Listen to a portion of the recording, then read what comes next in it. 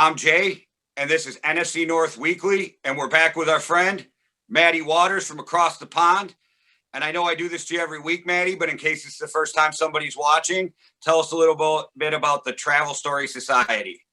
Yeah, so the Travel Story Society, once again, sorry to all the people who've been watching this full playoff thing, but the Travel Story Society is a blog and podcast where you can go to hear people's travel stories. And if you get in contact with us, you'll be able to tell your own as well.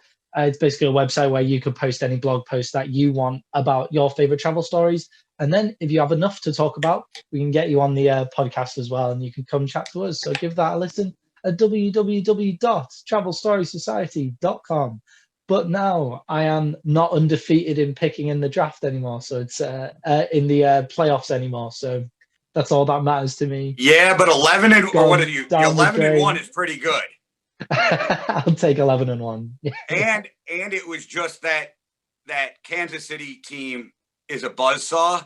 They were unstoppable. They kind of, and I feel like they tricked us a little, but we knew it was coming, so I'm joking. But I almost feel like they're one of the odd teams who coasted through the regular season.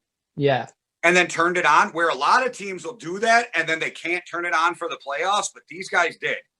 Yeah, well, Chris Sims kind of said it best on his Unbuttoned podcast today, where he said that the Kansas City Chiefs are a youth coach's worst nightmare, where they are able to just coast and then play big in the big game, whereas like a youth coach is like, you've got to play hard every play. No, not in Kansas City. You can just coast through, win a few games, and then absolutely obliterate the second best team in the AFC. Yeah, and I figure that's a good place to start because it's an NFC North one page. We'll finish with the Packers. But yeah. I'm just going to say I was not really sure about that game at all, right? I wasn't. But I went with Kansas City on the fact of Patrick Mahomes. But I will tell you, it seems like they can score 21 points in 2 minutes. Yeah, well, you've got to score 36 points, I think, is the average that you've got to score against them to beat them in the playoffs, which is just ridiculous, isn't it?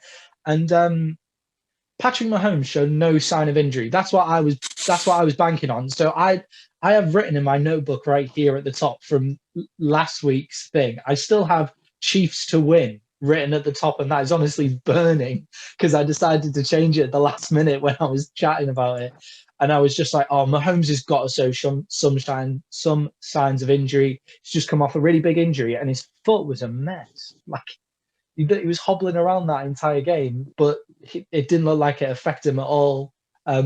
Is he human? I think is the question we have to ask at this point. Well, the funny thing is, so this is the only week I went undefeated in these picks, right? Yeah. But I found myself cheering for the Bills, not for the Bills. At the end, I wanted him to come back because I was cheering for you, oddly. Oh, cheers, man. Yeah. It was weird, though, like, because I'm so competitive. I'm ridiculously competitive, so I always want to win everything. Yeah. But there was this weird thing where it's like, he's almost perfect on this. I want to see him. It was weird because I wanted the Chiefs to win. And like I said before, I'm kind of petty, so I don't want Diggs to ever get a ring. Yeah. And, so I think that was part of the reason. I thought the Chiefs would win, but then I was going back and forth. So I think really my pettiness towards Diggs helped me pick the Chiefs. Yeah, I think if you're going to lose, then lose big in a total mismatch where Buffalo just looked a stage down from the Chiefs, and you just kind of watched the game and you were like, oh, this is just a terrible matchup for Buffalo. Reed out-schemed them. Mahomes was on fire, and everybody's going to talk about the offense. So I'm going to leave that to everybody else. We all know that Travis Kelce is amazing. Hill's superhuman. It's incredible. But shout out to the Kansas City secondary, because I remember I was texting you just being like, Josh Allen looks so nervous. Don't know what's going on. Like, these throws are really errand. But Tony Romo was doing it in the coverage, saying it was sticky coverage is what he was saying. And then you watch it on the coach's film. On the NFL Game Pass, you can see some coaches' film and stuff like that. And you watch it and you're like, there was nobody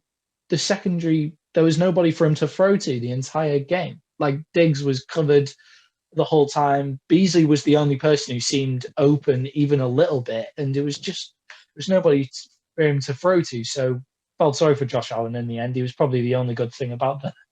The only thing that the Bills could actually get going was Josh Allen. Well, Diggs didn't have a second or a bad second half, but I think one more loss like that, and they're going to see why Minnesota had a bunch of problems with Stephon Diggs. Because I know people don't want to even look back that far, but when the Vikings took him in the 5th round, I remember telling my cousin, watch this kid, because I watch a lot of Big Ten football, and that was right around the time that Maryland joined the Big Ten. And so I seen more of Diggs, but I also remember reading that he had outbursts in college, that he was like very emotional in the locker room.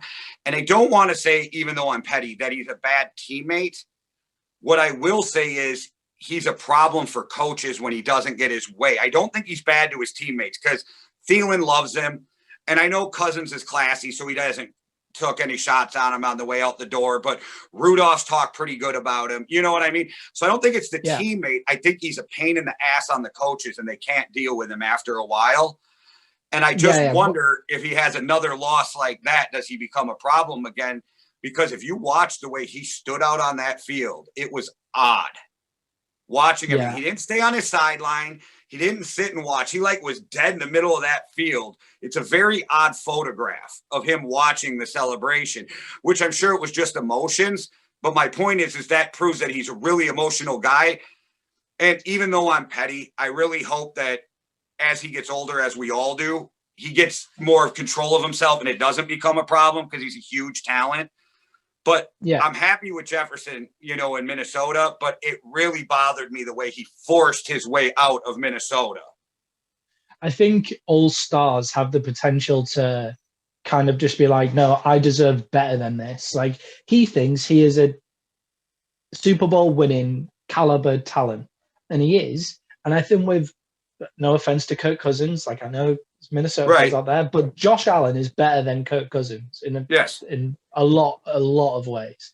So I think he's kind of like, I think he's in a happier place now, but I think all your stars have kind of got to have that feeling where I'm better than going out in the AFC Championship game after getting an absolute drubbing. And I kind of like the fact that he sat and watched the celebration by himself, because it's kind of like he's kind of taking it in and he'll use that for motivation next year. And I do think the Bills will be back at least to the divisional round next year.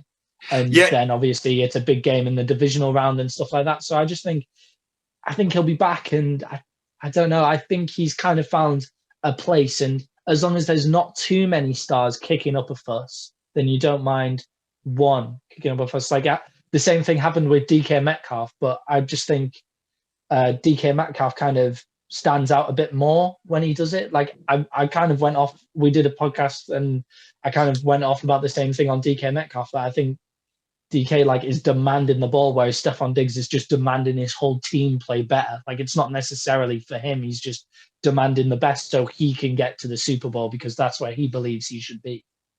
No, I don't disagree. Like I said, I think he's just fired up with emotions as a person. And as we all get older, we learn how to control our emotions better and we don't do some things. So maybe he can come around. But like I said, I just got a bad taste in my mouth for the way he went about the whole Vikings thing. Yeah. I would be exactly the same if I were you. Yeah. And I wasn't mad when Adrian left. When Peterson left, the only thing that bothered me when Peterson left was the shots him and his dad took at the Vikings on the way out the door because they wouldn't pay him what he wanted. But you gave us everything. You want more than we think you're worth. Okay, it's time to separate. I get that. That's business. It was the way that I felt like Diggs was hurting the team, where I never felt like, yes, Adrian's actions when he hit his kid with the stick and, got suspended hurt the team, but that wasn't something he did to hurt the team. It just happened to be a byproduct, where I feel like Diggs absolutely knew his comments, his tweets, his not showing up for practice was going to cause a problem. And I don't have a problem with guys wanting to move. I have a problem with how you handle it. But again, that's me, and who am I to tell them how to deal with their career, right? Because it's such a short career. And I'm looking at it through a fan's point of view, where they have to look at through a business point of view. I just disagree with the way he handled it. Yeah, of course. I think something that could really help Stephon Diggs is if Buffalo go out and make some acquisitions to say, we're ready to win now. and that stuff. Like they do have a bit of cap room, and you could see in that game they needed studs, like they needed playmakers. That's what they were And missing, which the Chiefs have and the Bills don't. And if you see it, it's like they need one elite pass rusher, which then gives them the ability. So if he's being double teamed, then the others have the ability to get to the quarterback. And there's unfortunately, I was looking at it before we started. There's not a lot on the market in terms of the never. elite. Like there's Jadeveon Clowney's meant to be coming back onto the market again. Yannick Ngakoue is meant to be coming back onto the market again, I think. But like they've just moved teams already, so I can't see them. And Jadeveon Clowney's not. I don't rate him that much anyway. So there's not a lot. If there's something in the draft, then they go draft someone. I think they've just got to prepare themselves to play the Chiefs again next year. Like, don't think about playing anybody else. Your ambition is you need to beat the Chiefs next year, and you've got to score 36 points to do that, and you've got to try and get to Mahomes.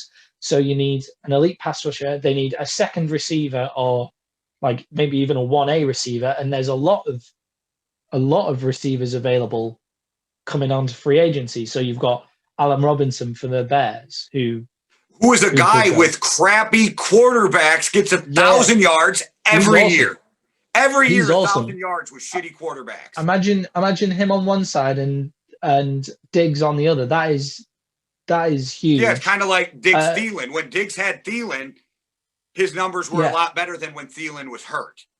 Yeah. And then you have like, as much as I dislike him, Juju Smith-Schuster's coming up as a free agency. It sounds like there's going to be a bit of trouble with him going back to the Steelers. And when Antonio Brown was there, he was a great number 2. Like, he's a really good number 2, as long as he can kind of like rein it in and understand that he's the number 2, which is difficult. Long as he can. I think he's young. He's excited. Yeah, that's all right. You're a lot younger than me, so you'll understand, like, the TikTok world is something I don't really get, but I'm in my 40s, right? You're in your 20s. So I think he'll mature, and I don't think he'll be a problem because, and I'm not trying to stick up for the shit Juju did, but I'm looking at him as a young kid who did some brash, swag type shit. And it wasn't team ruining. He wasn't getting arrested. He wasn't like beating somebody up and causing distractions. You know what I mean? The Juju with a new start could, like Diggs, mature a little and be fine. Yeah, well, the Juju thing is kind of like he is like being a TikTok star now is the same as if you were doing some adverts and stuff like that, like 5-10 years ago. So it's the same thing. He's just making his brand a bit bigger. He is making a lot of money from TikTok. So far be it from me to say you shouldn't be making that money. Like, go make the money. You just can't let it translate onto the football pitch. And he gave the Bengals motivation and he gave the Browns motivation as well. So as long as he stops doing that, he'll be fine. And it does kind of sound like the Steelers don't want him back. So maybe a good acquisition for the Bills. And then another NFC North player is Kenny Golladay, who is a free agent as well from Detroit. Well, there's going to be a lot more free agents too because of the salary cap. Teams are going to end up having to cut players they don't want to. So that's going to make free agency a little different too, because teams with it going down are going to cut good players because of their cap number. So there might actually be better players than we're used to out on that free agent market. Definitely. And I think, like you said with Juju, I think as long as he keeps a passion for football and matures, he's going to be fine. And I don't give a lot of guys passes all the time, but I don't think his was football related nonsense or off the field nonsense. It was just TikTok nonsense. You know what I mean? Yeah. And he would be a good acquisition for the Bills as well. And then just some speed in the secondary, somebody who can try and keep up with Hill. Like just some guy in the draft who is like rough but really fast, I saw Mike Lombardi the other day. I don't know if you know who he is, but he was like head office for the Browns and stuff. Okay. He was saying the other day, and his exact words is, I don't give a fuck what anybody says. Tyreek Hill is the best receiver in football. And he repeated it multiple times. And just like, not that Lombardi doesn't swear or whatever, but the way he emphasized, I don't give a fuck. I was like, damn, Mike, let it be known then how you feel, like. Tyreek Hill is just something else. And I can't think of it. Like, people are trying to, because you've got to mark Kelsey as well, then you can't go zonal. You've kind of got to go man to man because they'll find the gaps. So you just need somebody who can just, you've just got to find a cornerback who can run fast enough to keep up with him. It's not about how skillful this cornerback is. It's not about how intelligent he is. You can teach all of those things. Stay back. He already just needs to be fast enough to make sure Tyreek Hill can't just run right past him. So if the Bills can go out and find somebody like that, then I can see them being a challenge for Kansas City next year. So maybe they have a chance of beating them next year if they find those three things, or even just two of them. And if they get Allen Robinson from the Bears, then they are a force. I definitely think they could use another receiver, and one in this type of NFL, you can never have too many receivers, right? Yeah. And the pass rushers, right? Yannick wouldn't be the worst idea, but that somebody needs to teach him how to attack the run. But when it comes to the pass, he's great.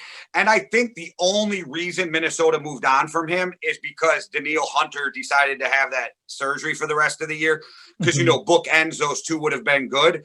But I think they looked at, we're going to have a lot of cap problems, so let's move them instead of keeping them because we have really no chance at making a run with all the injuries. But I think Yannick could be a really good one because he's young. He's like 25.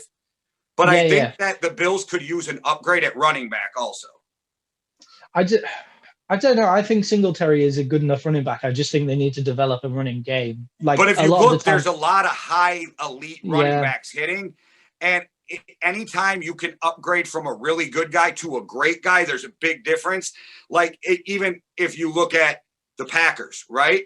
Williams is a good running back, but Aaron Jones shows you why every time he touches the ball that he's better. Alexander Madsen for the Vikings, really solid, but Delvin Cook shows you why he's on another level, Yeah, well, what about Aaron Jones? He's not going to be a Packer next year by the sounds of it. Like, I don't think he could be the upgrade. It doesn't sound like it, to be fair. Rodgers went on the Pat McAfee show and basically said it doesn't sound like it as well. Unless the Packers can figure out a way to sign him where the big money doesn't hit them till after 2022, if he's willing to do that to stay. Yeah. And it's guaranteed. I could see them doing something, but I do agree that the Packers aren't one to spend a ton anyway, but with Gutekunst, it might be different than Ted Thompson. Rest in peace, my man. And I think that the Packers aren't known for those huge signings, whatever. And with the salary cap going the way it is, I don't know. I don't see him staying, but do you let him and Williams both walk? And if you're going to keep one of them, you have to keep Jones, right? So... Yeah, but I think did Dillon not perhaps show enough to say he can take the run game on? Like, is the Green Bay offensive line not good enough to just support a good, like, Dillon is a good running back, like, then find somebody in the draft like 6th, 7th round. Right, but my question comes, and I know that he's not going to force his way out, but after Rodgers' comments that the other night, I don't know what's going to happen with me or anybody else, whatever. And if you listen to him, he clarifies on Pat Mack's show about what he was talking about. But as Green Bay organization, and I'm not saying he does or he doesn't, I don't know what the inner workings are, but if he goes to you and goes, we need to keep Aaron Jones, don't you try to do everything you can? I think they do. I think they do try to keep him. I just don't see how it's going to happen. They have deficiencies in other places, so I don't see how that's going to happen. But Jones to the Bills might make their running game better, but I just think they just need to develop a running game. Like, isn't Zach Moss? He's pretty good. He's just been injured for the playoffs, hasn't he? Like, he looked like an absolute stud. So and I'm not. So they have him. I'm not talking bad about their running game. I just feel like with the passing game they have, if you had somehow to get an elite running back, then you can keep up with the Kansas City. Then you can play clock better. You can, you know what I mean? Like, and then you can have more weapons. And then you can't just say, well, we're going to double your receivers and the run's got to beat us, right? Yeah, just as a Cowboys fan, I think I've got like bad feelings about somebody overpaying a running back in this day and age when so you've got that thing of we have other things like we've mentioned an elite pass rusher, second receiver, speed in the secondary, and then you overpay a running back with the cap coming down. But I do think Aaron Jones, I didn't even think about that before coming on here, but Aaron Jones is a good call actually if they manage to broker a deal with Jones to say, come change the scenery. We need a run game in Buffalo. We'll have you, and then trades, and then perhaps get rid of Singletary to clear that cap space. And I'm not to change the subject too much. I'm not a Zeke hater, but I'm an Ohio State hater as a Badger fan. Because we hate Ohio State. Fuck eyes, right? But Zeke is a different type of back than Jones or those guys, though, So I get where you're saying, but where I think guys like McCaffrey, Jones, he's more Delvin of a McCaffrey, Cook, yeah. Yeah, they come out the backfield, throwing the ball, screens. Like, that's not Zeke's game. That's more Pollard's game.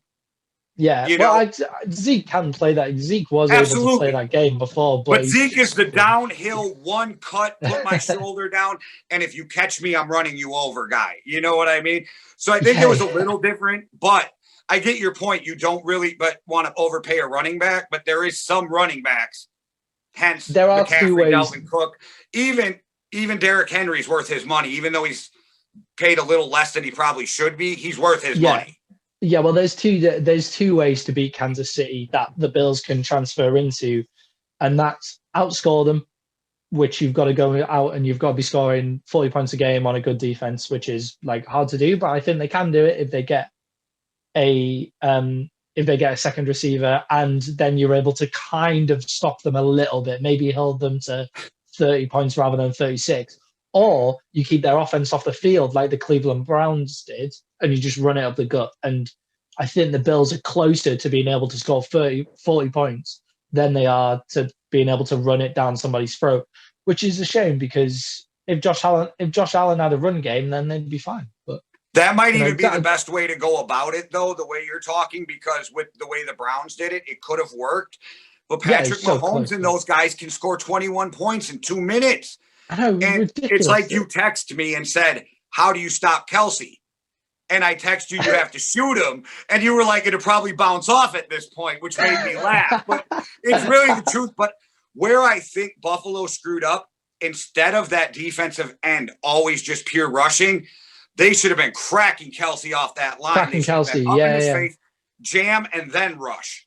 But they let Kelsey just run. And I was like, I swear Kelsey and Tyreek were wide open all the time. It was the Kelsey touchdown where there was nobody around him, and it was just like, how does he get away like that? It's not like you can't see him. He's the biggest guy on the pitch, and he wears bright yellow shoes, and you just can't see the guy. Like, what is that? Even in the middle of the field, though, he was wide open. It's like, what are you guys doing? Every time. It's so ridiculous. And it was just like Tony Romo was saying it over and over again, and I was just sat there just thinking, could Tony Romo be a better defensive coordinator for the Cowboys than Daniel Quinn? I'm biased because Romo's a Wisconsin kid, so I obviously cheered for him because he's from my home state. But it was weird because I'm not a Cowboys fan, but unlike Packer fans, I'm not a huge Cowboy hater. Yeah. But I'm not a Cowboys fan, but I always wanted to see Tony Romo do well because he's a kid from my home state. Yeah, well, my girlfriend's just ordered me a Tony Romo jersey for Valentine's Day because she heard how much I was loving on him during the during his commentary thing. I was just like, how does he know that that's going to happen again? Right? How does he know that's going to happen? Yeah, he's great ridiculous. In the booth. And I just think the last thing on the Bills game, which I think is getting blown out of proportion a little bit, because you've been watching it and you think the first thing that they say is, how are they not going for it on fourth down? How are they not going for it on fourth down? And like me and you agreed, we said when you're playing Kansas City, you've got to go for it on every fourth down. Like they went for that one in the first part of the game. We were like, yeah, love that call, great play. But how did they then get so close to the end zone and just decide, oh no, we'll take the 3? Like I kind of got the one before halftime because it brings it within, but then and it gives you a chance to set your defense, try and stop them. But once you saw that you weren't going to stop them, then surely you just had to go for it again and again and again and just try and make it. And if you're going to get blown out 50 points to 17, why does it matter? Because it's the playoffs. Like that was their only way to win. I feel like we got to see young coaches a little bit over their head in the playoffs this year in certain situations. But again, that's with anybody young, McDermott, and we'll get to the Packers. But LaFleur, I think that all is just stepping stones in your career too. Yeah. And we can second guess the Bills, which I agree. Anytime you were in scoring range and it was fourth down, you got to go. You know, and you gotta go. Might not I feel like it's the AFC Championship game. You're playing Patrick Mahomes and Andy Reid, and you just got to take out all the stops. And if it kills you, so what? We're going for the end zone every time. Yeah, and you kind of think like it wouldn't have mattered, really. Like it wouldn't have mattered anyway. So let's not go too crazy on Sean McDermott. He's had a great season, great coach, but you just kind of think, just go for it, man. Like just give it a shot. You've got Josh Allen, like he's probably the second best quarterback in the AFC. Like, you know. I think Stefanski wins it, but I think McDermott's in that conversation for coach of the year. Stefanski, yeah, definitely in the conversation. And I think the same with Brian Flores at Miami as well. Like if he made the playoffs, he would be in there a bit more. But Stefanski wins it, followed by McDermott, and then Andy Reid will probably get the shout warning because because of what he's doing. But I don't think it would have mattered very much. But I just think you've got to go for those on fourth down. And, you know, but hey, good season from the Bills. They're my team for the AFC. I love the Bills. They're my AFC team. So and they're already a winner because the two finalists for Stephon Diggs was them and the Patriots. Yeah. And they beat the Patriots out on a great receiver in a division that you've been the little brother for years, and now you're the big brother. Yeah, well, that's the thing, isn't it? This was the time to show. This was the time to play with the Patriots on a downturn and stuff like that. That was the time to take control and play your best football, and they did, and they played well. Well, on to the Packers, and before we get to the game, I want to just bring something up quick that I heard that never even crossed my mind, but once I heard it, as crazy as it sounds, it makes absolute sense, and I want to get your take on this. I heard the idiot Skip Bayless say, and I agree with him almost, Aaron Rodgers should be the most improved player this year. And as crazy as that sounds, because he played Skip Bayless out, said that. Huh? Skip Bayless said that. That doesn't sound like something he would say. No, he normally slates Rodgers. I think he was kind of taking a shot at him while doing it. Yeah, I think he was as well, But it made sense to me in a respect for the way, because he was great last year, too, at the NFC Championship game. But he was so much better this year, I don't actually find the statement that crazy, even though the idea of his greatness being the most improved player is almost crazy. But he improved so much. He was great, and now he was even greater. And then I think you said you watched Pat McAfee. He explained a lot of it was strengthening in his knees and his hips and dropping back into those throws. And I was just, after hearing Skip say this, and then last night I got home and I watched Pat McAfee, and I was like, you know what? As crazy as it sounded at first, Skip might be right. Well, I don't think that Rodgers played badly. Not at all. I don't think he played badly, but I do think he kind of went missing when it was important. So on the turnovers, Brady scores, but Brady was trying to throw the game away. I said it. I texted you saying, "Why is Tom trying to throw this game away for?" I was like, "What's going on?" And Rodgers receivers let him down. Just didn't capitalize. The 2-point conversion drop from Lazard was, I think, kind of summed up the night. Adams dropped Rodgers, one too that should have been a touchdown. Yeah. Anything that Adams dropped was a surprise. Yeah, I do think that, but I also think, and he made some great plays. Like you were watching two great quarterbacks play in the game that night. I wouldn't say it was the most improved. I don't think. I think he kind of.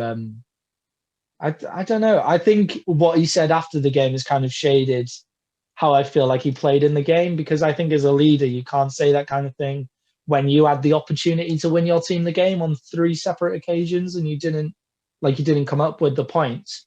I think another thing that they said on Undisputed was that Brady and Rodgers is no longer a hypothetical question of who's better. We saw that Brady is a better quarterback than Rodgers because he won the game, even though he was playing shit. Like, he scored 31 points. Like, you think Brady had a terrible game, but he scored 31 points. Nothing in this game, though, changed my opinion of either of them. Because I went into the game, Brady's the GOAT because of the rings. Aaron Rodgers is the greatest thrower of the football I have ever seen with my own eyes. But there, and I don't think Rodgers played bad. I think a couple times his teammates let him down. And I think a couple times the coaching let him down. I don't think he played his best game by far at all. Yeah. But, and I know we'll get to it, but I can't even wait. I don't understand how you kick the field goal at the end of that game. It gives you 3 points. You're still down by a touchdown. Yeah. If you go for it on 4th down and you make it and you get the 2-point conversion, it's tied. If you miss, or if you make it and you miss the 2-point conversion, you still need a field goal, right? But even if you go for it and you don't stop them, you still need a score, and they have to drive 92 yards.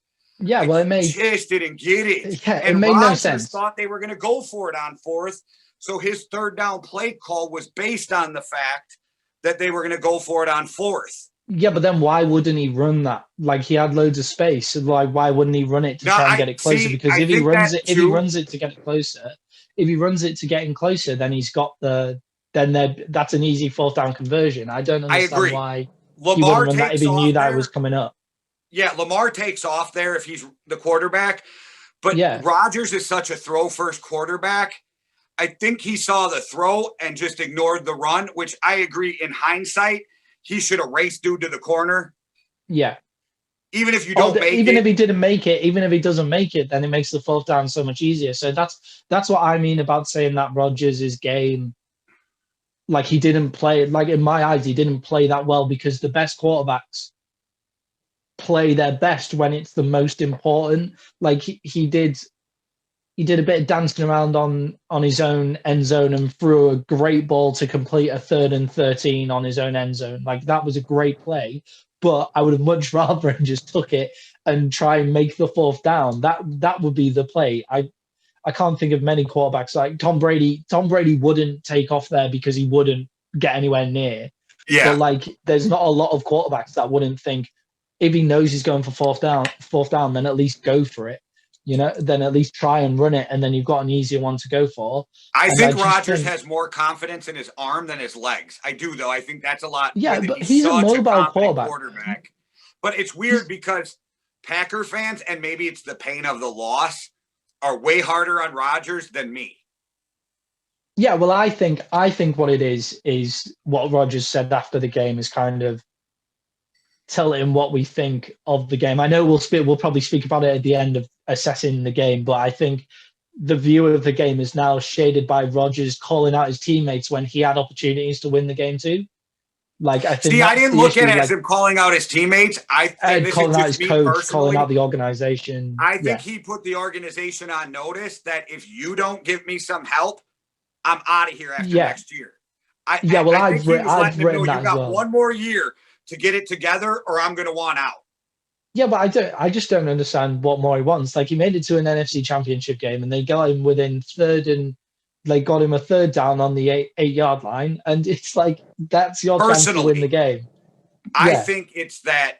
Okay, I think the same thing that drives him and Tom Brady to be pissed off where they were drafted is the same thing in his head, where he was like, he'll never say it, but he was like, you drafted Jordan Love. Yeah, that's over it, all these receivers or defensive. That's it. Queen, how much help would Queen have been on that defense if he wouldn't have went to Baltimore? Or what would another of elite receiver done for Aaron Rodgers? I think that's what it is, but that's again me putting words in this guy's mouth, Yeah, I think that's what if he gets asked and in writing a memoir, that's why I think he'll spin it as. But I also think he was just He was emotional. He let the Absolutely. emotions get the better of him, and that's something that you don't see Tom Brady doing. It's something that Patrick Mahomes wouldn't say, and like it kind of like stops the leadership. It's why I think Dak Prescott is a good quarterback for the Dallas Cowboys because of his leadership. Because even though he's getting shot on by the organization, he still wouldn't let his emotions get the best of him, and he would say, "Well, if I run it on third and 6 or 3rd and 8 or whatever it was, and make it, then that 4th down conversion's easier." And I'm I not think, calling you out. I'm not yeah, calling you out, but I think people in general always go, we want our athletes to be honest. And as soon as they're honest, we crush hey, them for what they yeah, yeah, say. yeah. No, I And I agree with think you. Rodgers is one of the more honest guys when he talks Yeah, because I think he's got a lot of fuck you in him. And I think yeah, he's yeah. like, if love me or hate me, either way, I don't care. Yeah, I honestly I love Rogers. I absolutely love him, and I just I don't know whether it was honesty or it was just him being emotional and a bit of a diva and saying, I think "Oh, it's this I is think it's everybody's that fault but me." emotional It's two of honesty. those things. Yeah, I think Yeah, it's that yeah, weird yeah, emotional honesty where right now I feel exactly this way, but after I take a deep breath and let reality yeah, set in, I won't feel that way. I agree with you, but I just yeah, think sometimes we crush people for being honest when all we ever ask them to do is be honest. yeah. But Plus, I I think there's an don't know why that. opportunity to. I think there's an opportunity to be honest without calling out your coach, Right. who you've asked for. Like you asked to get rid of Mick McCarthy, and hey, I understand that. That was him being honest, saying Mick McCarthy's shit, and Mick McCarthy is shit. Like we found that out this year, right? I think a So, lot of the problem is you and ask then these guys to do an interview a half hour yeah, after a loss yeah, too. yeah, yeah, yeah, yeah, yeah. Definitely, that's the biggest problem. And I think if he was honest now, so he comes on the Pat McAfee show and he was still being quite honest. He was saying, Yes. that kind of honesty, that is good. That's what we want from our quarterback. But to then say he's kind of started, I think, for fuck's sake, we've referenced Undisputed 3 times and we both think it's shit, right? But This I show think Skip sucks. Bayless. We're done. I think Skip Bayless said that Rogers was starting a soap opera, and I was kind of like, yeah, I kind of get that as well. But like, I was just kind of like, I watched him on the Pat McAfee show, and I was like, I get it. Like Maybe if that, anybody you but could have been Skip would have honest said it. there.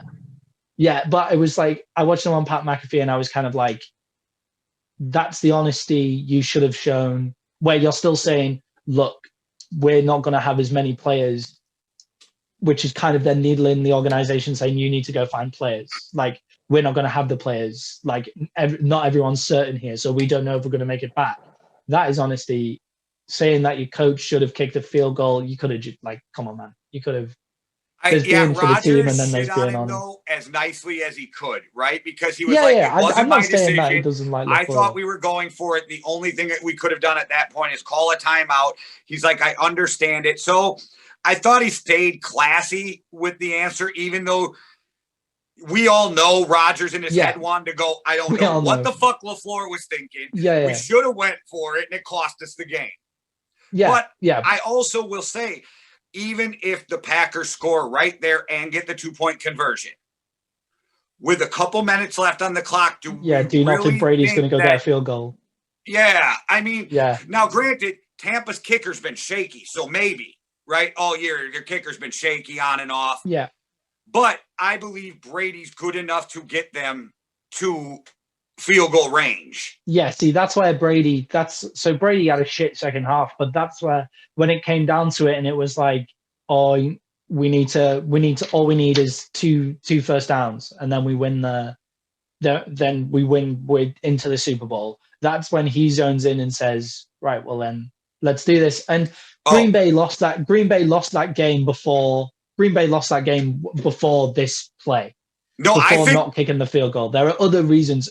I Tampa think should they have put lost them the to the game. sword. I think they lost the game going into half. Yeah. That play to Scotty Miller, I was out of my seat, man. Me too. So my wife doesn't watch much football, okay? And she Yeah. doesn't know all the rules. And so she'll sit and watch some games with me before she goes and watches something else in the other room, right? So she's watching this game with me and she's on Facebook. And all of a sudden I look at her and I go, that 2 seconds they just gave the Buccaneers was huge. Yeah. And she goes, why? Because, 2 seconds, what is 2 seconds, right? If you don't understand the end of the game. And I'm like, well, because they need a field goal here.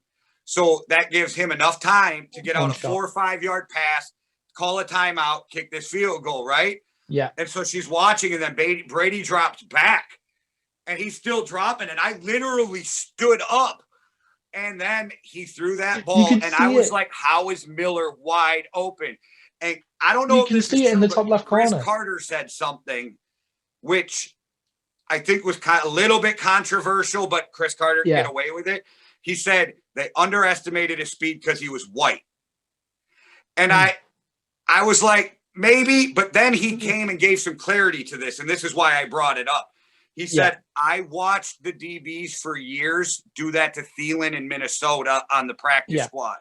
He was like, the DB coach used to come into the Vikings, you know, because Carter watches practice and stuff. And he used to tell the DBs, do not underestimate this white guy. He can fly. And I don't know if it's true or not, but I get where Carter was coming from. But even if it's not because he was white, they did not watch enough film on how fast that kid was. Yeah. And let him fly right past. I think they underestimated him because he's not Antonio Brown. I think they that was it, wasn't it? If that's AB, then he's way back. He's way back. Like, and they take the field goal. Like that's what it is. But I think I don't believe they went with the purpose of right, let's go get a touchdown here. But I think Tom Brady saw that the matchup on the side. I think Brady saw the matchup on the side. He saw them playing coverage, and I can't remember whether he called an audible or something like that. But I remember watching it and thinking, "Oh shit, they're going for it!" Like I remember watching it, and you kind of saw him look over at Scotty Miller, and I was like, "Oh, there's a one-on-one at the top there, and the guy's like, he's got the whole field to himself. Go!" And then he drops back, slings it in, and you're like, "Great play!" Like, and think about this: even if Miller drops that ball, there's 1 second left, and they can try almost a 60-yard field goal. Yeah, exactly. That was like that in itself too. That there was 1 second left kind of shows you how fast Miller is. Like, he's rapid, man. And he made who was it? Alexander. Yeah, he made him look slow. Like he made him look actually slow. That's what amazed me. And I think I couldn't believe it. Yeah. It was a great play. I think Green Bay just gave up too many big plays. 100% going for a field goal, getting five more yards for a field goal, and I was so wrong. Yeah, so I like when they came up to it, I was like, oh, they're gonna throw. I was like, oh, they're gonna throw an out route, and then you kind of saw it, and you're like, oh, there's Scotty Miller at the top 1-on-1, but that's where I was like, that's where the out route's gonna go, and he just flings around the outside, and you're like, great throw as well, perfectly weighted. I just think Green Bay made too many mistakes that led to big plays. So we have the Scotty Miller touchdown.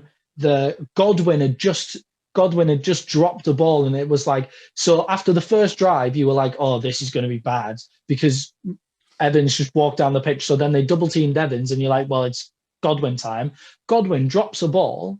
And you think, oh, well, they might have them here. And then they let Godwin have 1-on-1 all the way down the pitch, make a big play. And that is a great catch from Chris Godwin. It's not necessarily Green Bay's fault that guy's a stud. But like that's another big play. And then you have the Gronk tight end screen that basically freezes out the game. Huge. You have the fumble coming out of halftime, the interception before halftime, and then just before that big play to Scotty Miller, you have a dropped interception. Like Tom Brady gets rocked, flings it in the air, dropped interception that I think I could have caught. Right. And then you have Lazard drop 2-point conversion, which then makes the field goal, like means they only need a field goal to tie the game if he doesn't drop that 2-point conversion late in the game. So Green Bay made a lot of mistakes there that they could. Well, am I wrong? All led to massive plays. Didn't Brady's receivers drop 6 of them in the first half? Yeah, so Brady has a better. There was weird drops in that game picks from both teams. Yeah. I think Chris Sims said that he thought Tampa would win that game 9 out of 10 times, and that night was the 1 out of 10 times where Green Bay should have won it because Tampa were making so many mistakes. And I think Tom Brady's QBR. So Tom Brady's QBR was better than Rodgers, even though Brady threw, what was it, 3 or 4 picks. Yeah, But he it a better had QBR something to because of do. the drops. Yeah, and I Yeah, because like of the the drop. QBR, but it doesn't always make sense to me. Yeah, Like, I it understand was because of the drops. the Though. big play, what time, like how much you had to do with it and everything Yeah. like that. I will say idiots like Skip Bayless make me like QBR even less because he hangs his hat on that thing like God himself came down and like, handed it to you, you know. Yeah, but it's because it's Dak's stat. Like Dak gets the best QBRs all year, so that's why he loves it so much. That's what it is. See, I feel like me and you though have the same quarterback. Cousins, Dak. I feel like they're almost the same quarterback. Dak, I think Dak's better than. I think Dak's better than Cousins. Might be a homer thing because I would take Cousins over Dak. Yeah, but I think it's just because Dak's more mobile and has maybe a bit better intangibles and stuff like that. But I don't think there's a lot of difference. Plus, your guy's going to want $40+ million a year. Yeah, that's the issue. That's the biggest issue with Dak Prescott. Yeah. We're going to get onto that when we chat about some big quarterback news coming out of the NFC. Today, the NFC North today. So we'll chat about that in a bit. I think LaFleur made some bad choices at the end of the game, but I don't think it's exactly what cost them the game. I think it didn't help. Yeah, I think loads of stuff cost them the game. I think those mistakes were bigger to cost them the game than taking a field goal. But it was stupid. I think we need to give a big shout out to the Tampa D line for rocking Rodgers a few times, like all in big moments. That is one of the games he got hit the most this year. Yeah, so I know I was just slating Rodgers saying, well, you had a chance to go win the game after every interception. But it seems after every interception, the Tampa D line kind of went, oh, we can't let Tom Brady be the reason that we lose because I'm a dick. You remember you projected it. They want to win it for Tom. Yeah. Well, I'm kind of a dick. You saw that. You know when Pierre-Paul came off the edge clean and just lit Brady up? Yeah. I looked at my wife and I said, he's walking on the sideline going, give me 3. You know how he blew off his fingers? Yeah. So, yeah, I'm the dick. I'm like, give me 3. And it's like, so shout out to the Tampa D line because that is possibly what won them the game. They were awesome, and the Tampa running game as well. Todd Bowles coming in. Todd Bowles play calling all over the place. He was smart. He didn't blitz anybody up the middle. If you watch, and he does that a lot, right? But because he studied the film, he came off the ends and he disrupted Rodgers from the corners. And that really did something to him. Like, it was a different way to attack Rodgers that most teams don't. A lot of teams attack Rodgers like you attack Brady, up the gut, right? Mm-hmm. But Bowles said, we're going to come from the sides. And they disrupted Rodgers a lot more than you usually see him disrupted. Yeah, and then you have the running game as well. You have Fournette's touchdown. Fournette's touchdown run was a beauty with that spin move and then the dive for the corner. Great. And Jones getting hurt didn't help. Yeah. Because there was a couple cutback lanes when Williams was running. And I was like, Jones catches that for 30. You know what I mean? And it's nothing against Williams. It's just Jones is more talented. Yeah. And I always make fun of Aaron Jones because he's the guy when he got pulled over here and the cop's like, do you have any marijuana? He's like, yes, officer, I do. So I make fun of him for telling him on himself. But, I think he would have made better choices, or not even choices. He's more athletic, so the cutback would have been, it would have been a 30-yard gain a couple times. And I was just like, Jones getting blown up coming off the second half. One, that fumble crushed them.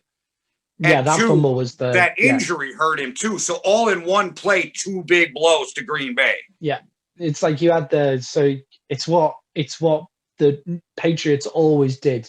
They got a big score, touchdown, 3 points before doubling up, and then after halftime, you go get the ball back and you score again. Which I thought the Packers were going to do. Tell Rodgers through that pick. I thought they were going to score at the end of half. Pick was so dumb. That pick was so. That pick was so stupid. He had a player open as well. Like, he had a player open going for the touchdown. I can't remember who it was, but you watch it back on the film and he just doesn't look that way. Like, he just only looks at one shot. But I think that's because he's got rocked so many times that he knows he needs to get the ball out of his hand so quickly. Right. So it's like And we all talk about Tom Brady's age. Aaron Rodgers is a fit guy, but he's still 38. Like, you don't want to get absolutely crushed by Shaq Barrett and Pierre Paul over and over again at 38. Like, I don't want to do it at 23. Right. Yeah. Yeah. No, I was really impressed with Tampa's defense, though. I always thought they were pretty good, but they even played above what I was expecting. Yeah, the last two games, their defense has been great. What do you think the Packers need to do next season to take the step to the Super Bowl? What do you think? Corner and a pass rush. Corner and a pass rush. I think the pass rush is the biggest I know thing. King is getting killed. I know he's getting killed for the way he played corner. And he gave up a couple big plays. But don't crush that kid too bad, because in every screenplay that was blown up in the backfield, it was King doing it. Yeah, exactly. And you've got to remember, he's still he's learning the game. He's a young kid. Like, he'll learn from this in next season. So don't blow up your young kids for making mistakes. Yeah. Their defensive coordinator, Mike Pettin, needs to go. Mm-hmm. Green Bay needs a new defensive coordinator, but just a fresh defensive coordinator. I think Matt LaFleur will have another year of coaching underneath him. I think he's a good coach. I think he's a great coach. His first 2 years coaching, the guys in the NFC Championship game. So his team's obviously good. He can obviously coach. I think he just needs to understand that the playoffs are different than the regular season, and he'll learn. Yeah, definitely. Yeah, I think one more year and then he learns as well. And then the pass rush is the biggest problem. And talk of JJ Watt leaving the Texans and maybe finding his way up to the Packers. Both his brothers play for Pittsburgh. Yeah, definitely. I could see it, but do you not think the Steelers are coming down and the Packers are still in the NFC Championship game? Do you not think that JJ Watt wants one shot at the Super Bowl? I don't know. That's the question. Do you want to play with your brothers, or more than you want to go for that? He wants one shot at the Super Bowl. And he has a house close to Pittsburgh. Anyway, I know people don't think this is a big deal, but I do, because I have a lot of faith in Mike Tomlin. They just signed Dwayne Haskins. And Dwayne Haskins' his problem was never his talent. It was him putting in the work, right? I don't know. When you saw Dwayne Haskins play, like, I watched every game this season. But I'm saying, like, we've watched, he's got the talent, but what we hear is he doesn't put in any of the work. He doesn't stay late. He doesn't Tomlin come will make early. him. He's a selfish guy. If Tomlin can get through to him, and then he sits behind Ben for another year, maybe they got something. You know what I mean? Yeah, maybe they got something. But JJ Watt, how does JJ know he has another year? Right. Best way to say it, though, is it was a good chance to take, because if Haskins becomes something, great chance to take. You hit lightning in a bottle. Yeah, they're paying nothing for him as well. Right. So I think that was a better way of putting it, because we saw the talent in college. Yeah. So they could be onto something, and JJ Watt could end up going to the Steelers. But I think 1 year at the Packers. Surely, if the Packers just maybe it's his whole team. He grew up cheering for the Packers. Yeah, exactly. And he says here's some money, get double teamed for a year. Like, make sure somebody draw the double team all year, and then hopefully somebody will get a break, and then go find somebody in the draft as well. I love JJ, but he's got to stay healthy too. Yeah, exactly. Well, that's the issue, isn't it? But he's the one guy that you kind of think is the free agent to solve the problem.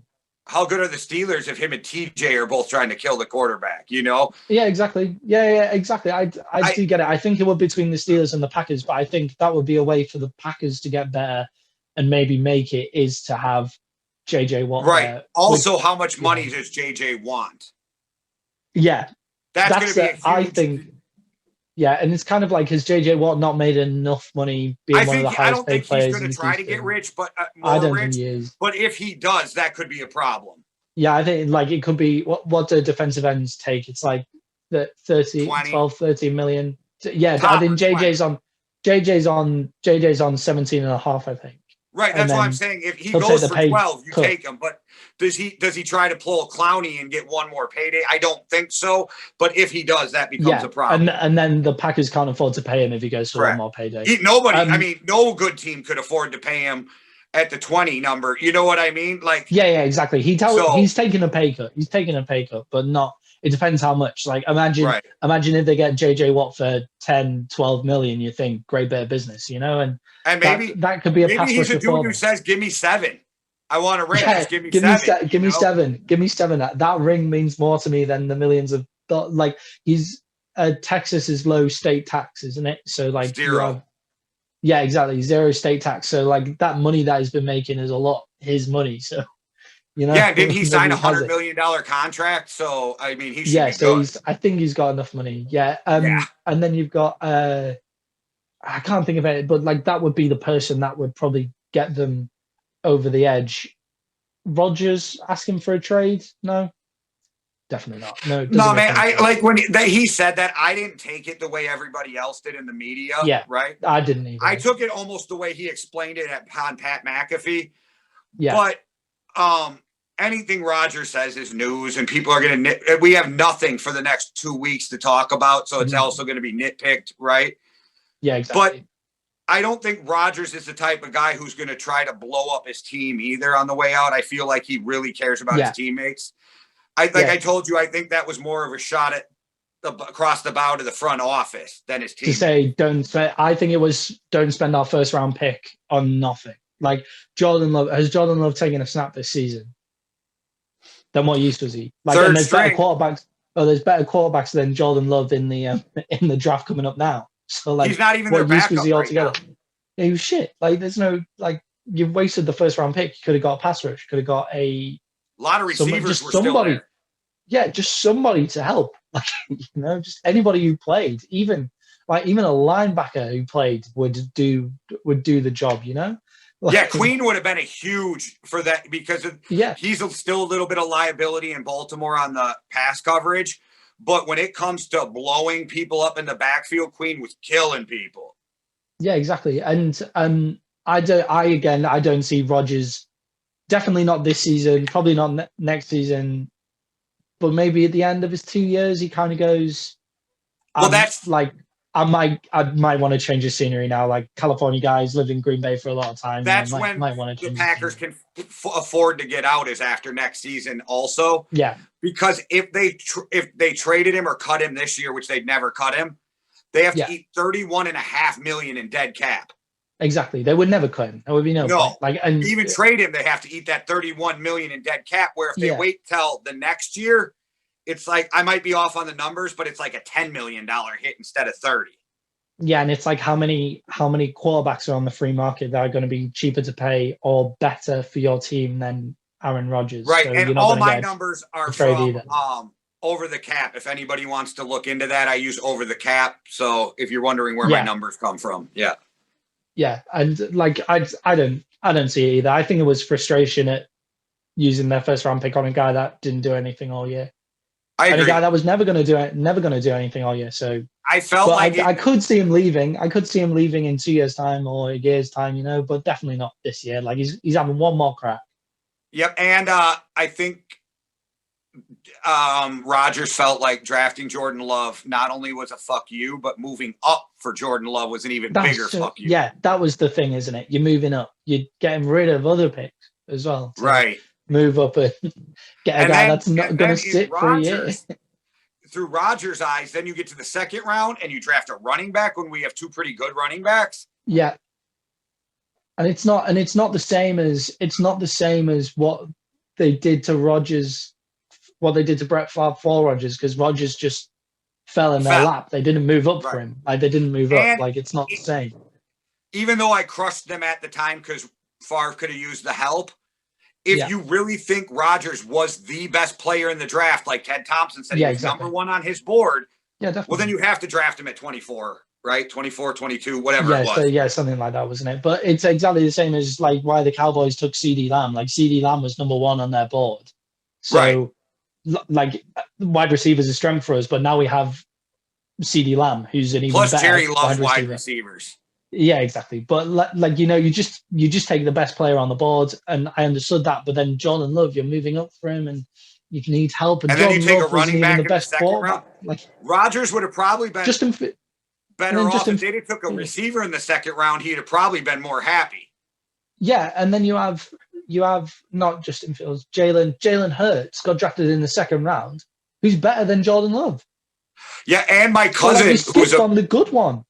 who's a Packer fan, absolutely lost his mind when they didn't pick up Donovan Peoples-Jones. Jonathan Peoples-Jones, yeah, because you watched They him on skipped the right over him. I don't remember if it was in yeah. the fourth round, whatever it was. But I remember my cousin texting me and go, how the fuck do they not take, you know what I mean? Yeah, I'm surprised Donovan Peoples-Jones went as far down as he did, because did you see the what's it called with Michigan, the Amazon Prime documentary that they do, Yes. All or Nothing, All in Michigan, or whatever. Yeah, he was All or Nothing. Yeah, he was the shit, man. He was so good, and like Donovan, he's been playing good this year too. Yeah, he's been great. Like, it was so the Packers have done Rodgers dirty, and he deserves to be frustrated. He dragged his coach under the bus. That was the problem for me. Like, shoot your shots at the people who actually fucked you over. It's not Matt LaFleur's fault. Yeah. Right. Well, yeah. Something you brought up earlier that we were discussing, and that we're going to bring at the back end of this, since it is big NFC North news. Huge NFC North news. Matt Stafford asks for a trade, which you can't blame him. He gave 12 years to an inept organization who has proven my whole lifetime that they can't get it together. And I truly believe they have wasted a Hall of Fame talent at quarterback. Yeah. Yeah, I think if Matthew Stafford finds his way to a good team and goes and wins a Super Bowl, which if he goes to some of the teams that I've got on the list, then I think that's more than possible. I have to put out one thing real quick. For Hall of Fame. Bears fans, it's not happening. I keep I hearing that this. Detroit will not trade in the division unless you mortgage your future and give them 3 first-round draft picks. Yeah, but I saw this and was like, I saw that the Bears were coming up, and it's just like, why? Never. Like, why would the Bears even, like, why would that even come up? Like, you're just looking for clicks there from NFC North fans who are like, oh my God, don't trade them to the Bears. And it's like, they never would. They never trade in the division. Never. It's like the one team that could go for Deshaun Watson that isn't going to get Deshaun Watson is the Indianapolis Colts, which, as it happens, I got Stafford going to the Colts. That's where I've got Stafford. Because I nailed it down to 2 teams, and then I'll tell you why I chose the Colts. It's simple. For me, I brought it down to San Francisco and the Colts. And if those offers are even close, he goes to the AFC. They get him out of the NFC. Yeah, that's the thing. But I don't think it's too big a problem to try trade in to the NFC because... No, but GMs are at the school of thought that we may be better in 4 years, and we don't want to play him in the NFC Championship. Yeah, we don't want to play him in the playoffs. So if the offers are close, I think he goes to the AFC.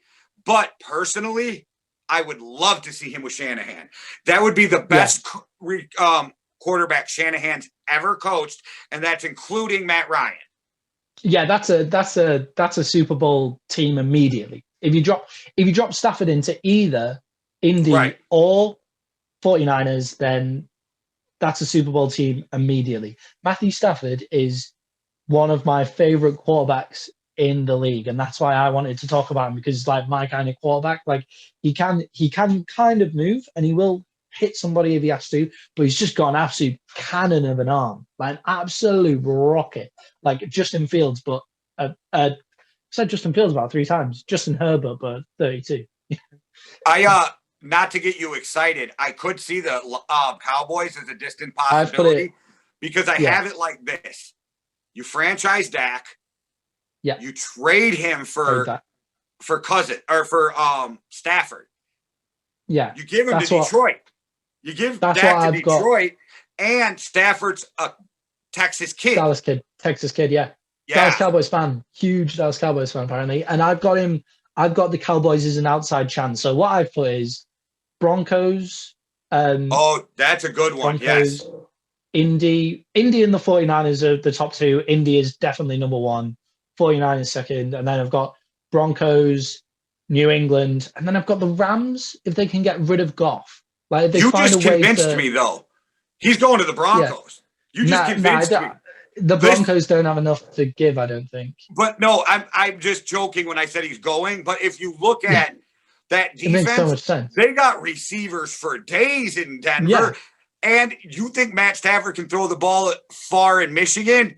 Yeah, put him in Mile High Stadium. Mile High. Hey, he's a Bronco. He's a Bronco through and through. And then you've obviously got New England, who are going to be linked to every new quarterback that comes. I don't think he'll go back by Patricia. I don't think he'll go back by Patricia.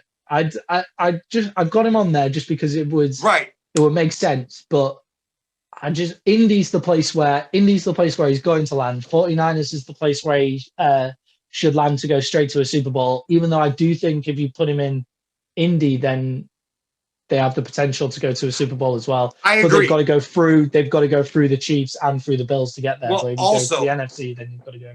It's not to shit on Frank Reich. It's not, okay? Yeah. But Shanahan has a top 5 offense with 5 different quarterbacks in his history. Yeah. Give him Matt Stafford, and I think Kyle Shanahan, I might have just said Mike, but I think Kyle Shanahan is one of the greatest offensive minds in football. Yeah. So it's not a shot at Frank Reich, but I think Stafford and Shanahan marriage would be amazing. Plus, Stafford is mobile, and Shanahan likes to shift and move and, bootleg. But I also think if I'm not mistaken, I think T.Y. Hilton's a free agent. T.Y. Hilton is a free agent, but so you have to re-sign T.Y. But I think he's great in Indianapolis too. Indianapolis can't mortgage their future too much. They're saying it won't take much to get him because Detroit have agreed to trade him. As of today, Detroit said they won't take less than a first.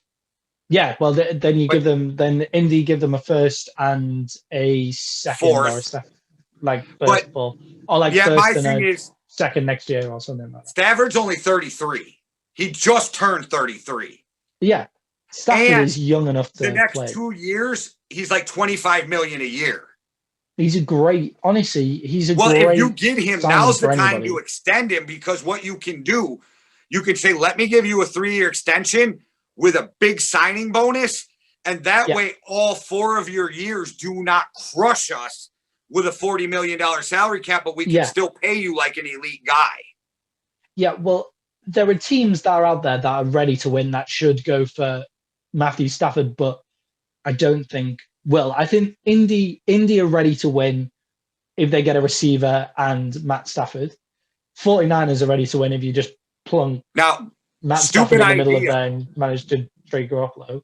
But the Cowboys, which I'm going to come on to, and Washington as well, this applies to both of them.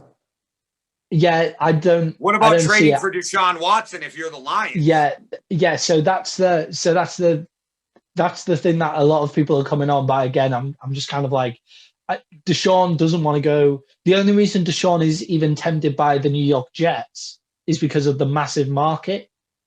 Whereas the but as the Texans, you don't have to care what Deshaun Watson wants. What's he going to do? Retire at 25? Come on.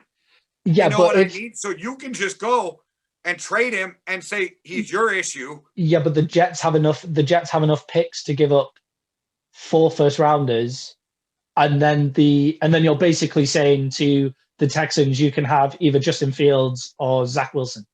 Right, but my question then comes instead, and this is just hypothetically, if you're the Texans and you're that new GM and coach because you need to win, right, to keep your job, do you say 3 first-round picks or even 2 first-round picks and something else plus Matt Stafford? Is that better? Because you don't know what you're getting out of a young quarterback. You know that for the next 5 to 8 years, you got the man, and he's tough as nails. Yeah, no, it's better for Detroit. It's the best move. Even the Texans for Detroit to get Deshaun. Because now you got to establish. Yeah, no. You're right. I do think for the Texans it works well, but I just hypothetical. The Texans have enough problems, so I think they're trying to get some first rounders back. That's the only reason they'll trade Deshaun Watson is to get their future back. I create some hope in the organization. I think you could trade Deshaun Watson for Stafford and still get picks with Stafford. Yeah, you can maybe get a couple, but imagine getting 4 first round picks. Right, but with now, one of them being the second in the draft. But my only argument, and I'm not saying you're wrong, it makes for the sense. sake of argument is I might be willing to take, say, 2 first-round draft picks, Stafford, and a third, because I don't know for sure what I have in Lawrence and Fields if I draft them, but I do know for a fact that Stafford's the guy. And then I still pick up 2 first-round picks and a third. But like I said, this is all hypothetical, and we're just having fun. It makes sense, but Indy are not going to let that happen. Indy won't let him go through. Indy will find a way to not let him go through, to not let him get traded in the division when he should be getting plunked straight into their team, I think. I think the only way that Deshaun's going to leave Houston is if the Jets give them draft picks, loads of draft picks. That's the only way Houston are going to let him leave. They wouldn't trade him for a worse quarterback. I think Deshaun forces them to trade him behind the scenes. Yeah. That's so I think he's that's gone the play, either way. Even if I think he's gone. He starts as a Texan, I think he's gone before the trade deadline. Yeah, well, I've actually got written at the top here. So Stafford is the other way to do this. Is Stafford is the trade for the team who doesn't get Deshaun Watson. Okay. So if you say the Jets managed to put down Deshaun Watson, well, then the 49ers managed to get Stafford, because they're the team that couldn't get Deshaun, which makes Indy make a lot of sense. It makes the Broncos make a lot of sense. But now if you're the Jets, this is just another question. Do you call Detroit instead of... Hey, I can see that. I'll give you honestly, Sam Darnold straight up for... Or whatever. I'm not saying that's the deal, but the Jets, you call them and get a quarterback, and now instead of building around Darnold, you just build around Stafford. Yeah, well, the Jets are trash. Let's be real. The Jets need more than just Deshaun Watson to fit. Correct. I think it's a terrible move for Deshaun Watson to leave for the Jets. I think because you lose all that draft. If you're going to get traded out, if you're going to get traded out of Houston, then get traded to somebody decent. Okay, so get yourself traded to somebody good. Let's assume that Watson goes for. I don't think it's going to be this, but everybody else does 3 to 4 first-round picks. Yeah. I really think, and this is just me and who the fuck am I, but really think it ends up being 2 first-round picks and another player and a ton of lower picks, right? Yeah. But even if, let's just say on the assumption it's 3 to 4 first-round picks, you better hope you're in a Super Bowl window because you just crushed yourself for the next 5 years on picking exactly. up Well, talent. You have another person's come out saying they'll trade an offensive tackle and 2 first-round picks or something like that to get Deshaun Watson. That could be a good trade. I can't remember his name. Quentin Williams, I think, is the offensive tackle that they're talking about. Maybe him. And then you have, I think you're right. And then for Detroit, obviously, a lot of the projected draft picks are coming in where Justin Fields is making his way. Where Justin Fields and Zach Wilson are making their way all the way down to Detroit's pick. I think it's 6 or 7 or something like that. So do you think, we'll take that, and then we have some people to build it around them. They have some money to re-sign Kenny Golladay then as well, I think if a team is willing to take the chance on a guy who only played 1 year in college, and even at a low level, I think the guy with the highest ceiling is Trey Lance. Trey Lance. Yeah. I only say the highest you've got to be brave because he only had 1 year of D2, and we've seen how good he is. So he's either going to bust or be amazing. I don't think there's an in-between for this kid. But if you're willing to take that chance, you might get lightning in a bottle. And he's one of those guys, and I'm not saying necessarily for the Lions, but he's one of those guys, if you're drafting high, you can probably trade back, pick up picks, and still get it. Yeah, well, you've got to have massive balls to go and pick Trey Lance over Justin Fields and Zach Wilson. I didn't mean over. But I just meant if you have enough balls to he's the one that'll trade back, pick up more picks, that's a good shot. Take a shot at this kid. Maybe it's lightning in a bottle. Well, you build your team up. Yeah. But everything with a quarterback in the NFL draft is educated guessing, right? Yeah, that's a good shot. I know people are going to crush me for this, but can we finally admit that Andrew Luck was way overrated? Oof. What did he win? I said this coming out of college. He's Matt Hasselbeck. People crushed me. I said he's Matt Hasselbeck. And Matt Hasselbeck actually went to a Super Bowl. Yeah, fair enough. I'm just saying, can we stop comparing Luck to Peyton Manning now? Yeah. Was he was I'm not even trying to shit on Luck. Manning. Luck was really good, but so was Matt Hasselbeck. They just weren't great. And Yeah. everybody kept comparing him to Peyton Manning, which I'm like, and maybe it was the injuries, but can we now admit that he's not Yeah. Peyton Manning and that there is no such thing as a can't miss prospect? Because Luck was as close as they were, and he was really great. I mean, he was great, but he's not Peyton Manning great, right? Yeah. Well, you have, and they were like, already saying, "Oh, next Peyton Manning." It's you don't know what you're getting from a kid out of college. Is all I'm trying to say. You know, and that's the question. That's the question you've got to ask Detroit when they're thinking of this place for Matt Stafford to land. Like, do they think, oh, maybe we'll take Dak Prescott and, like, I what if don't know, Andrew let's Luck play some comes cap back? space. Andrew Luck comes back. We'll trade Andrew Luck to Detroit for. I'm just saying, like, you never the know. game, A guy man. sits a year or two, he might get the itch and want to come back and play. And I feel a lot of why he left was his injuries. I do know he's a super intelligent guy, though, like out of this world, smart architect. You know what I mean? So I think it was maybe the reason his brain is somewhere else already. Yeah, I think the reason how he left, like, just before the season, getting booed off the field, is probably the reason he won't be. That was back. rough.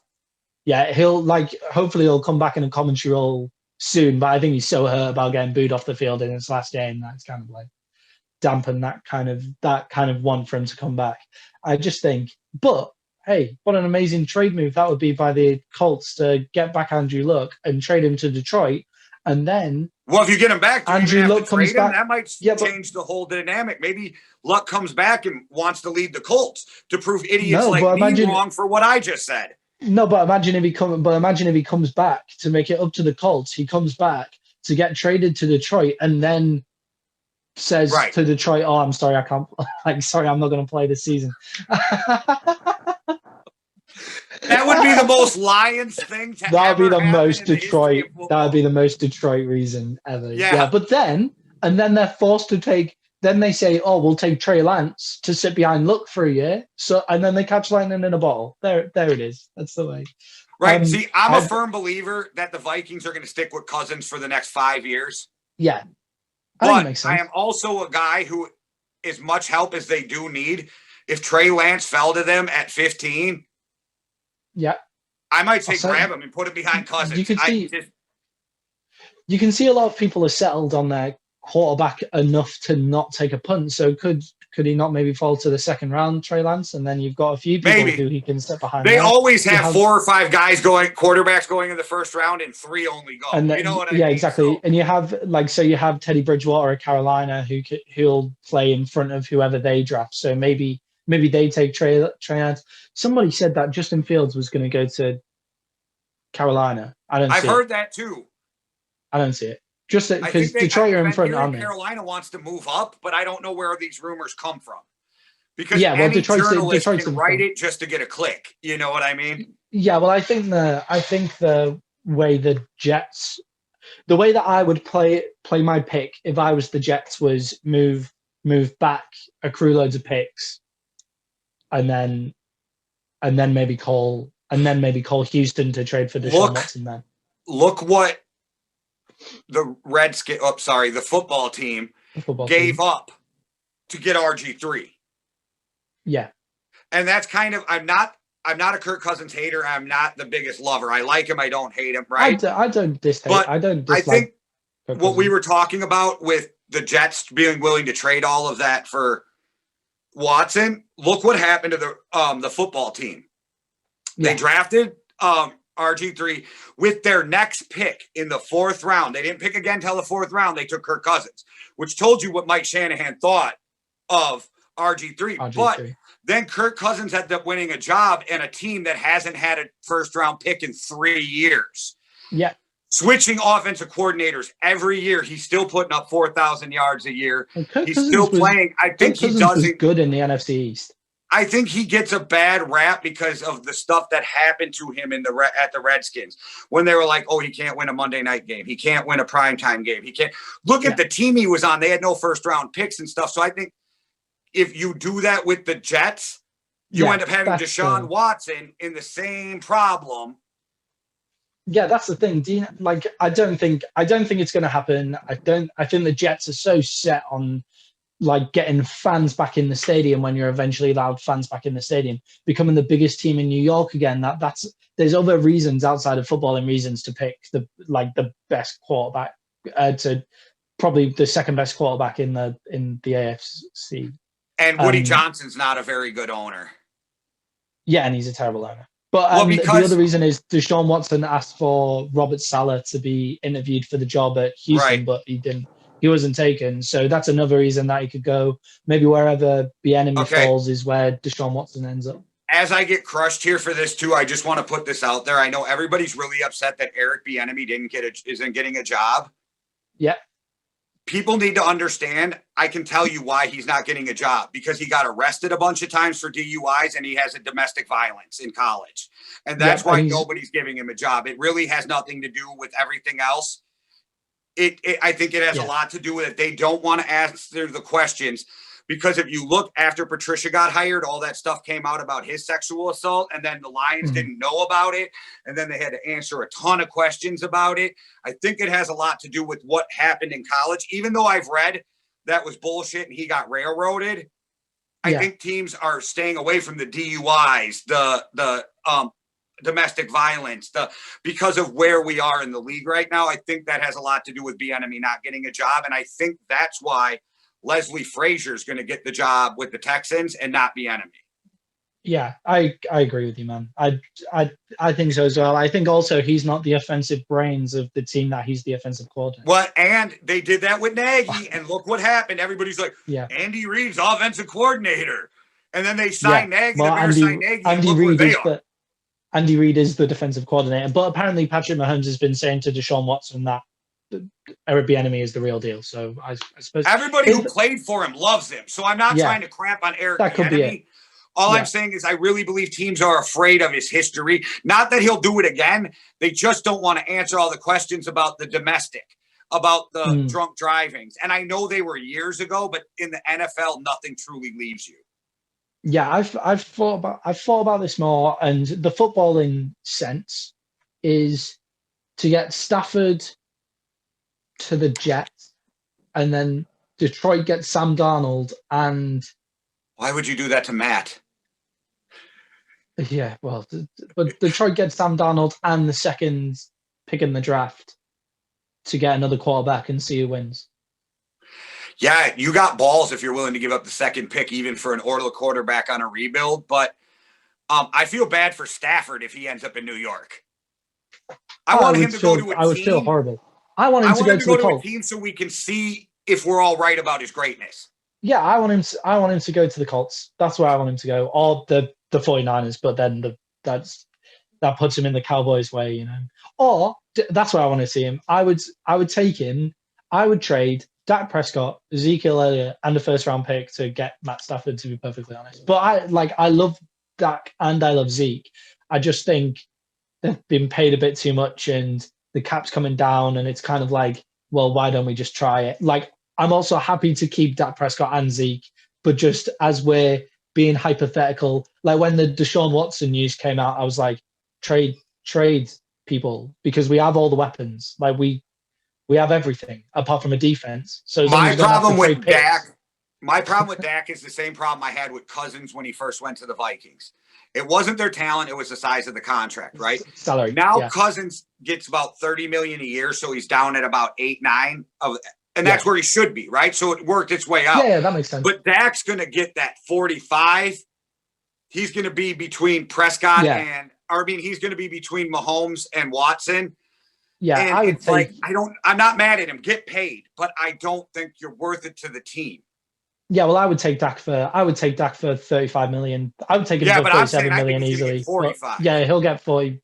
He'll get 45 million, and that's upsetting. And that's why the Dallas Cowboys should trade for Matt Stafford. That'd be great. I think that would be scary for the NFC East. They would not want to see that because, and this isn't a shot at McCarthy, because I think he's a better coach than people give him credit for. But you guys really underachieved this year with the talent you have. Yeah, they're shocking. They're shocking. Fair play to Green Bay for getting rid of Mike McCarthy when they did, because it does seem like he's not got the juice and stuff like that. But It wasn't I the like offense that was McCarthy. the I don't problem. know. It wasn't his section of the team that was the problem, really. It was I might be a little biased, I'm not a Packer fan, but I did work yeah, at the airport and I talked to McCarthy like every other week for like 2 years when yeah, they would fly out, and he would stand outside and talk to us, and he was the nicest guy. yeah. And we never even talked I could football. totally believe that. He Yeah, sat I and could talked totally believe outside with that. us workers at the airport, and we never talked football. That's the kind of guy he is, you know? Yeah, I can totally believe that. I just think I'm excited. The NFC North is a fun place for quarterback questions at the minute. There's a Yeah. lot. Does the Bears need one? Detroit need one? Will What does Minnesota move Minnesota off Kirk decide to Cousins? do? Do they Probably not. draft somebody to sit behind Cousins? Yeah, there's a lot. That's what I would. If I was Minnesota, I would draft somebody to sit behind Cousins. I think Cousins is a good guy to learn from. I think he's a Even if clever you sat him quarterback. for 3 years like Rodgers Yeah, sat, you know what I mean? You get a guy like Trey Lance, let him sit for 3 years. yeah. And then in 2 years' time, you've got Rodgers. Or in next year, you've got Rodgers. I always joke that Rodgers is going to pull a Favre and finish out in Minnesota. That'd be fucking brutal. He'll be It'd be awesome he'll for move to me. LA. He'll move to California. He's No, he's but it finding would his be way. great for me if he It would finished be out in awesome for you, Minnesota. man. Be awesome for you. Hang on, does Goff's contract at the Rams run out at the same time as Rodgers' contract at Green Bay? I don't know, but I did hear, I never Close. looked up Goff's contract, but I heard that, I don't remember if it runs out or if they have an out in 2 years or the year after Yeah. next, like Rodgers. I've heard that. I've heard that. But I never looked it up. That's something I should have did before I came on. But Over the Cap, guys, it's a great place to get all your information for the numbers on people's contracts. Yeah. And the great thing about it. Over the Cap is you can set it up where it'll tell you post June 1st trade, pre-June 1st trade, post June 1st cut, pre. So it breaks it down where the money is if you're ever trying to figure out how these weird voodoo contracts work. Yeah. So, hey, we've got loads of stuff to talk about, even though there's not going to be any games for any teams in the NFC North for a while now. I will tell you, when I was down there on Sunday, and I know I joked when I was live, but the Buccaneers fans oddly gave me way more energy than the Packers fans, which is strange because I've been to a lot of Packer games and I've been to Lambeau Field a lot of times. And Packer fans are the type where, say you're a Cowboys fan and you're walking around in your Cowboy stuff out there, they will pick on you, but they will try to give you a beer and a brat while doing it. You know what I mean? They're really good fans. And the energy, and I know it's fans, not players, but the energy was the lowest I have ever seen Green Bay Packer fans. It was weird, but I don't know if you saw any of those videos I went live with, but the Bucs fans went insane for me. They were like, actually, now you think about it, it was kind of dead. Like they needed those plastic things that they were hitting the stands with. Like, come on. Can you get any more lame than having to put something in your hand to make a noise? Hey, it made it loud, though, didn't it? Yeah, kind of. It's worse than having those things that get a band. That's what we do. Playing hockey, I hate stuff like that because air horns and cowbells. Some teams used to do, and it's like, what are you doing? Like, oh man, I think Rodgers seemed to like those things though. The week before, not yesterday, but the week before, he gave big props to the Packers for having those in the stands. Yeah. It did make it louder. I was just looking at him. It's just like, that is lame, man. It was just the energy wasn't the same as what I see because I live close enough to Lambeau Field where people park in front of my house. Okay. Yeah. So every Sunday before the pandemic, I watch people walk to games with more energy than I saw tailgaters have Sunday. It was weird. Yeah. That's sad, man. But it showed on the field. They weren't ready. Sorry, Packers fans. No Super Bowl for you, but good luck next year. Well, I'll tell you, as a Packer fan, you are feeling sad right now. But the one thing you do have going for you, unlike a lot of teams, you'll be good next year, where a lot of other teams think they'll be good. Yeah, we kind of think that, you're going to win the division again next year. Oh, you can write 10 wins in, and it'll probably be more, but you can write 10 wins in and take that to the bank, you know? Yeah, exactly. Hey, at least you're not a Cowboys fan, and at least you're not a Vikings fan. Think of it that way. There you go. Well, yeah, every time Bears fan. Every Yeah, Bears time fan. you start a season with Aaron Rodgers, with Tom Brady, with Patrick Mahomes, you have a chance no matter what. Yeah. Whereas me and you, the Vikings, the Cowboys, we go as our whole team goes. Yeah. We go as our defense playing shite. Right. You've got Dalvin Cook. At least you've got Dalvin Cook. Love Is he that locked up guy. for next year? Yeah, Love he's that awesome. guy. We stopped him. We seem to be the only team that could stop him this year. I was pretty proud of that. I love Jefferson. I mean, he's blown me away. I thought he'd be good, but the level he's at, I am like, whoa. It was Jefferson playing better than CD Lamb this year. That's why I always said I think both the Bills and the Vikings were winners in that trade. Yeah. But I think the Vikings were a bigger winner because they got more picks. We even got another pick coming next year from it. You know what I mean? And they're both really good, but Jefferson's younger and cheaper. Yeah, exactly. Hey, you could have written the Vikings in on the Matt Stafford trade with the picks that they got from that trade. If it wasn't trading division. And Stafford is an upgrade to Cousins, but how big of an upgrade? You know what I mean? Yeah, and it's trading division anyway. Cousins in a system he understands and he's playing well in. Do you want to bring Stafford in and start over? But I do get what you're saying. I think he'd be an upgrade. But is it trading division? Yeah, the Lions would never do happen, it, but we're playing the what if game, right? And if the what if game, you can do whatever you want.